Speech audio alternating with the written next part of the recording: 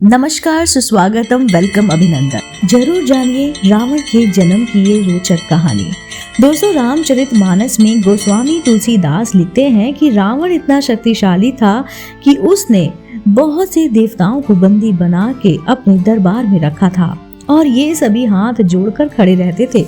रावण जितना दुष्ट था उसमें उतनी ही खूबियां भी थी। शायद इसलिए कई बुराइयों के बाद भी रावण को महान विद्वान और प्रकांड पंडित माना जाता है।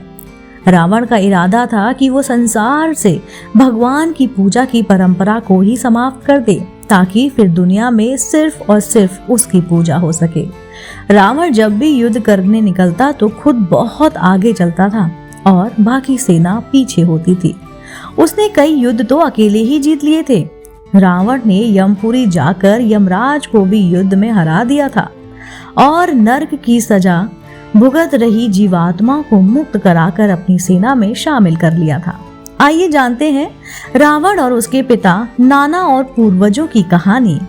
दोस्तों, वीडियो शुरू करने से पहले मैं जानना चाहती हूँ, अगर आप मेरे चैनल पर नए हैं तो आप मेरे चैनल को सब्सक्राइब कर लीजिए, क्योंकि ऐसे ही धार्मिक, पौराणिक कहानी, कथाएं, व्रत, पूजा विधि हम अपने चैनल द्वारा आप तक साझा करते हैं।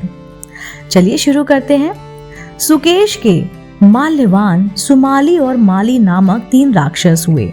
तीनों ने ब्रह्म जी की तपस्या करके ये वरदान प्राप्त कर लिया कि हम लोगों को कोई पराजित ना कर सके। वर पाकर वे निर्भय हो गए और सुरों असुरों को सताने लगे। माल्यवान के 7 पुत्र हुए और सुमाली के 10 पुत्र। माली के अनल, अनिल, हर और संपाति नामक 4 पुत्र हुए। ये सब बलवान और दुष्ट प्रवृत्ति होने के कारण ऋषि मुनियों को कष्ट दिया करते थे।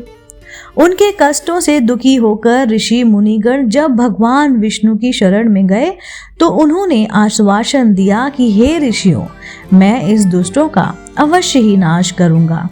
जब राक्षसों को विष्णु के इस आश्वासन की सूचना मिली तो वे सब मंत्रणा करके संगठित होकर माली के सेनापतित्व में इंद्रलोक पर आक्रमण करने के लिए चल पड़े।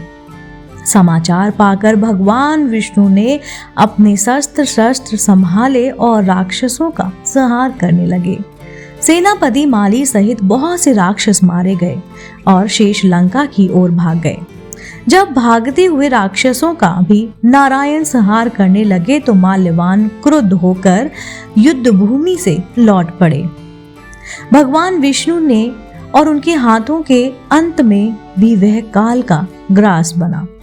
शेष बचे हुए राक्षस सुमाली के नेतृत्व में लंका को त्याग कर पाताल में जा बसे और लंका पर कुबेर का राज स्थापित हुआ।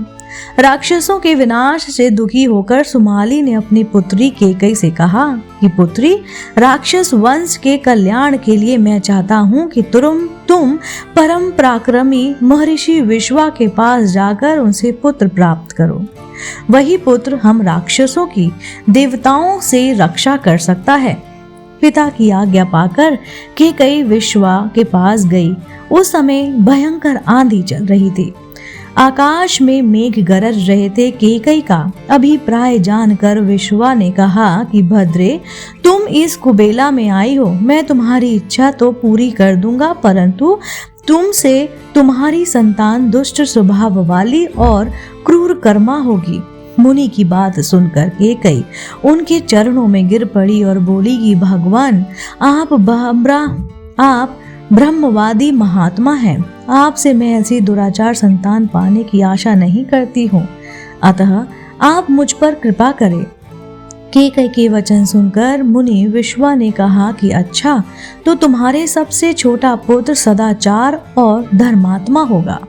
इस प्रकार केकई के 10 मुख वाले पुत्र का जन्म हुआ, जिसका नाम दशग्रीव यानी कि रावण रखा गया।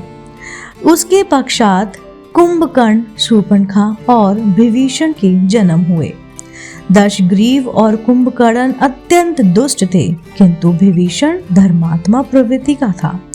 अपने भाई वैश्रव के सभी अधिक प्रक्रामी और शक्तिशाली बनने के लिए दशग्रीवा ने अपने भाइयों सहित ब्रह्म जी की तपस्या की। ब्रह्म के प्रसन्न होने पर दशग्रीव ने मांगा कि मैं गरुण, नाग, यक्ष, दैत्य, दानव, राक्षस तथा देवताओं के लिए अवध्य हो जाऊं। रावण ने मनुष्य से इसलिए नहीं कहा क्योंकि वो मनुष्य को कमजोर तथा बल रहित समझता था। ब्रह्म जी ने तथास्तु कहकर उसकी इच्छा पूरी कर दी।